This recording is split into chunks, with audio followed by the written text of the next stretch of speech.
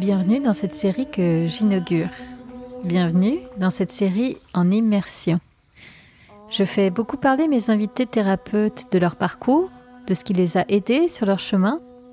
Alors aujourd'hui, j'ai envie de partager avec vous ce qui m'aide à avancer et à grandir. Pour cette série dédiée à ce yoga que j'aime tant, le Kundalini, je vous embarque à mes côtés lors d'un stage entre femmes que j'ai vécu dans le sud de la France début juin. Comme d'habitude, vous le savez maintenant, si vous aimez la petite voix, vous pouvez me le dire en laissant de bonnes notes et des commentaires sur votre plateforme de podcast. C'est comme cela que je remonte dans les classements et que de nouveaux auditeurs pourront découvrir la petite voix. Allez, installez-vous confortablement, fermez les yeux, prenez une bonne inspiration. La petite voix en immersion, c'est parti. Inspirez profondément. Allez, la petite voix en immersion, troisième opus de ce stage de Kundalini Yoga. Eh bien, c'est parti. Nous sommes le... je suis perdue. On est mercredi, pardon. Nous sommes le mercredi 1er juin et il est 18h49 quand je commence cet enregistrement pour vous parler de ma deuxième journée de stage ici à l'Île-sur-la-Sorgue, donc dans le sud, avec ma prof de yoga Kundalini, Constance Hamel. Ah là là, que d'émotions. Je ne saurais pas vous dire à quel point ce qui se passe dans ces stages-là, en collectif, individuellement aussi, c'est quand même très très fort. Et du coup, j'ai l'impression qu'on est là depuis longtemps, parce que voilà, en plus de 24 heures déjà, il s'est passé des choses fortes. Donc c'est chouette. Je suis très heureuse et très posée là au moment où je vous parle. En même temps, je sors d'une séance de Kundalini, donc ça aide. Donc on a commencé la journée tranquillement ce matin à 7h30. On a fait le cours de yoga Kundalini ce matin dans le salon, une grande pièce là, réaménagée pour l'occasion en salle de yoga. Et puis à la fin du cours, on a petit déjeuner sous la glycine. On a petit déjeuner bio et bon. Et puis, dans l'énergie de ce qui s'est passé hier, voilà, on continue à voir ce groupe-là se former. C'est génial, quoi. On est 8 femmes, ne nous connaissons pas, avec des parcours différents, des problématiques différentes.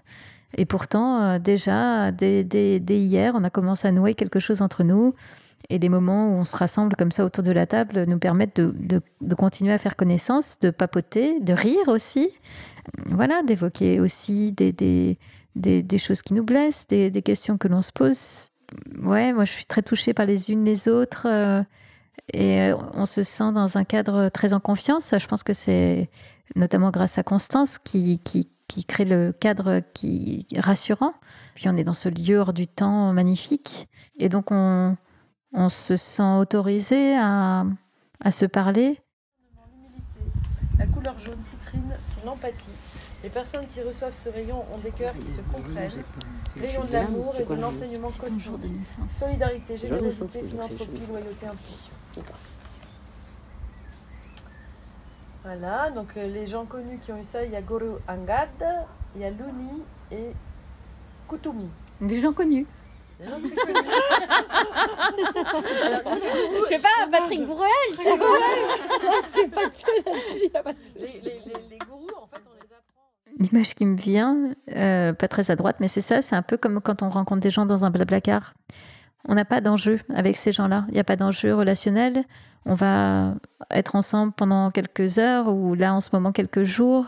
Donc, à ces femmes-là, on peut tout déposer puisqu'il n'y aura pas de conséquences ni pour elles ni pour nous. Donc, on dépose tout et c'est très chouette. Et d'ailleurs, donc après le petit déjeuner ce matin, on a enchaîné avec un atelier sur le thème du Havening. Je vais vous expliquer un petit peu après de quoi il s'agit. Et en l'occurrence, là, c'était une thérapeute qui s'appelle Anne-Laure Guillard-Schmidt qui nous a accompagnés toute la matinée sur ce thème du Havening. On était toujours posés autour de la table, sous les glycines, au bord de la piscine. Et puis, Anne-Laure nous a fait découvrir ce qu'était le Havening. Moi, je ne connaissais pas. C'est tout bête, mais très puissant. C'est une technique qui consiste à se donner de la douceur à travers des gestes très simples qu'on va certainement faire facilement avec ses proches, avec ses enfants, avec son amoureux, mais pas nécessairement sur soi-même. Et là, ça consiste tout simplement, comme vous l'entendez peut-être, je suis en train de me frotter les mains, tout simplement de prendre le temps, en conscience, de se frotter les mains, de se caresser sur les épaules aussi. Pareil, pour se donner du réconfort. Et puis de se caresser, presque de se masser le visage. Quand on le vit comme on l'a vécu ce matin, avec aussi beaucoup d'accompagnement, Anne-Laure, elle nous a fait méditer, elle nous a fait nous ancrer. Et j'ai été la première à pleurer. Voilà. C'est ça qui est génial aussi dans ces stages-là, c'est qu'en fait, on peut être vulnérable. Alors peut-être que j'ai trop de conditionnement et tout ça, mais moi je trouve que c'est compliqué d'être vulnérable dans la vie quotidienne. On n'est pas vulnérable au travail, c'est un peu compliqué quand même. Moi je me sentirais pas trop de pleurer devant mes clients, ça ferait mauvais effet. C'est compliqué d'être vulnérable avec ses enfants, même si, parfois quand on perd nos moyens, c'est une forme de vulnérabilité, mais en tout cas, d'être dans cette vulnérabilité-là du pleur, pas trop. Ça peut être possible avec son amoureux, c'est vrai, ou avec des amis très proches, mais enfin, c'est pas la porte qu'on ouvre le plus, ou peut-être devrais-je dire que j'ouvre le plus facilement. Et du coup, ça m'a beaucoup touchée, justement, le happening ce matin. Et puis, j'ai été la première à pleurer, mais je n'étais pas la dernière. Voilà. Et en fait, voilà, il y a à la fois ce qu'on vit à titre individuel pendant ce moment-là, pendant le cours de Kundalini ou pendant l'atelier de Havening comme on l'a fait ce matin avec Anne-Laure. Donc ça, c'est très touchant. Mais ce qui est très, très touchant aussi, c'est les émotions des autres. Parce que même si les femmes qui sont autour de la table, elles n'ont pas le même vécu que moi, cet atelier-là, il n'est pas venu réveiller les mêmes émotions, les mêmes souvenirs. Et pourtant, quand je les écoute, ça me touche beaucoup. Donc voilà, c'était une jolie matinée où on a continué à faire un peu tomber les masques, où on s'est confié aussi beaucoup. Voilà, ici, c'est un peu comme à Vegas. Ce qui se passe à l'île sur la Sorgue reste à l'île sur la Sorgue. Et ce qu'on se raconte entre nous, dans ce groupe de femmes, comme dans un cercle de parole, voilà, ça reste entre nous et on sait qu'on peut se parler comme ça. Dans les exercices de ce matin, on a fait un exercice très chouette, très très chouette, très très beau. Anne-Laure nous a demandé d'écrire une lettre à nous-mêmes en imaginant que ce soit non pas nous qui l'écrivions, mais notre meilleure amie.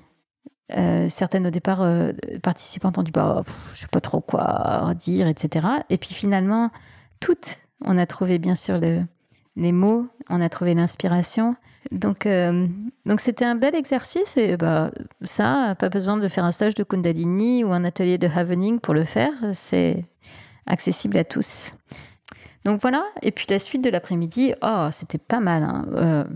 Déjà, on a déjeuné, on a fait un long déjeuner. Encore une fois, c'était, on mange des bons légumes bio, avec des falafels et tout ça, évidemment, végétarien, peut-être même vegan. Bon, bref, mais c'est très, très, très bon. Mais au-delà de ce qu'il y avait dans l'assiette, ce qui est déjà un bon début, c'est qu'on a continué à parler, qu'on a continué à faire connaissance, qu'il y a encore eu des larmes, et ouais, même pendant le repas qui sont venus aux unes aux autres. C'est chouette, quoi. Déjà, de prendre ce temps-là. Et au fond de moi, je ne peux pas m'empêcher dans ces cas-là, en plus de me dire, waouh, on est mercredi midi, je suis dans le sud de la France, en train de papoter, de prendre mon temps, alors que d'habitude, je suis à mon poste de travail, en train de bosser. Et voilà, ça c'est assez, voire très, très agréable. Donc voilà, ça a fait du bien. Et pour continuer sur cette bonne lignée, je crois qu'on est toutes allées se faire une petite sieste. C'était quand même pas désagréable. Et puis là, au moment où je vous parle, on vient de terminer une nouvelle séance de Kundalini Yoga.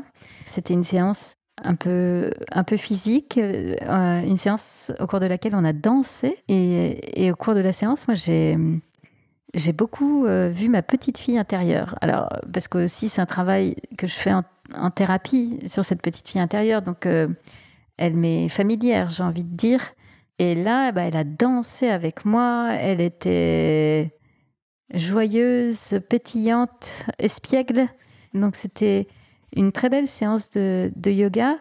Ce qui est rigolo, c'est que dans le groupe, je crois que j'étais la seule à avoir déjà fait du Kundalini Yoga. Les autres, soit n'ont jamais fait de yoga du tout ou avaient fait quelquefois d'autres séances de yoga, mais finalement, tout le monde y trouve son compte à tel point, et ça, c'est génial. À la fin du cours, là, tout à l'heure, le cours se termine toujours par une méditation.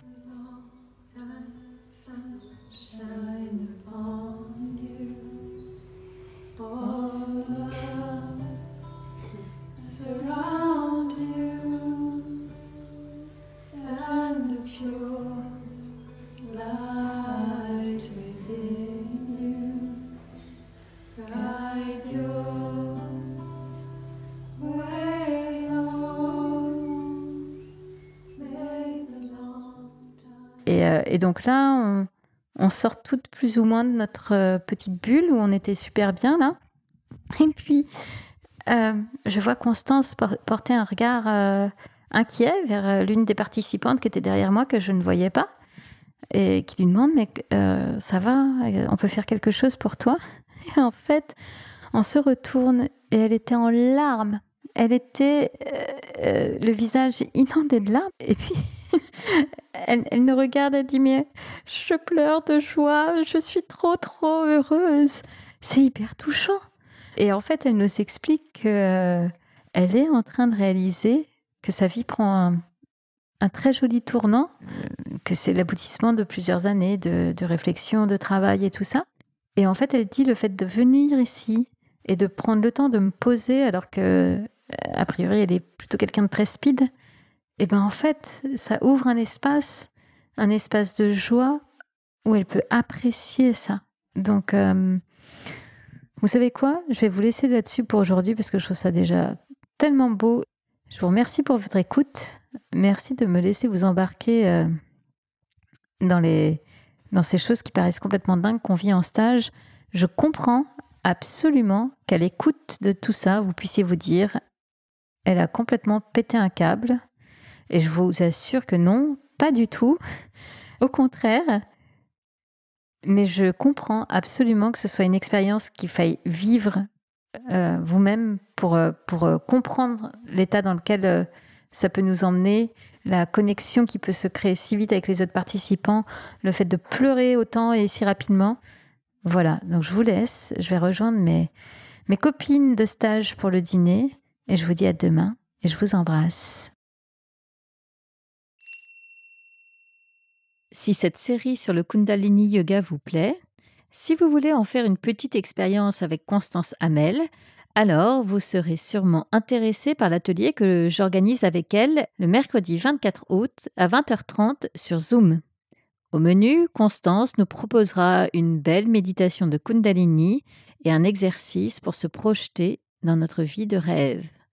Pour vous inscrire, c'est très simple. Rendez-vous dès maintenant dans les notes de cet épisode, sur les réseaux sociaux en cherchant La Petite Voix le podcast sur Instagram et Facebook, ou même directement maintenant sur mon site internet lapetitevoix.co. Merci. Merci pour votre écoute. Merci d'avoir partagé ce moment avec moi. Je vous donne rendez-vous demain pour la suite. En attendant, comme vous le savez, vous pouvez soutenir La Petite Voix et c'est très simple. Vous me laissez de bonnes notes et des commentaires sur votre plateforme de podcast favorite et cela fait remonter dans les classements La Petite Voix et ainsi de nouveaux auditeurs pourront la découvrir. Merci et à bientôt.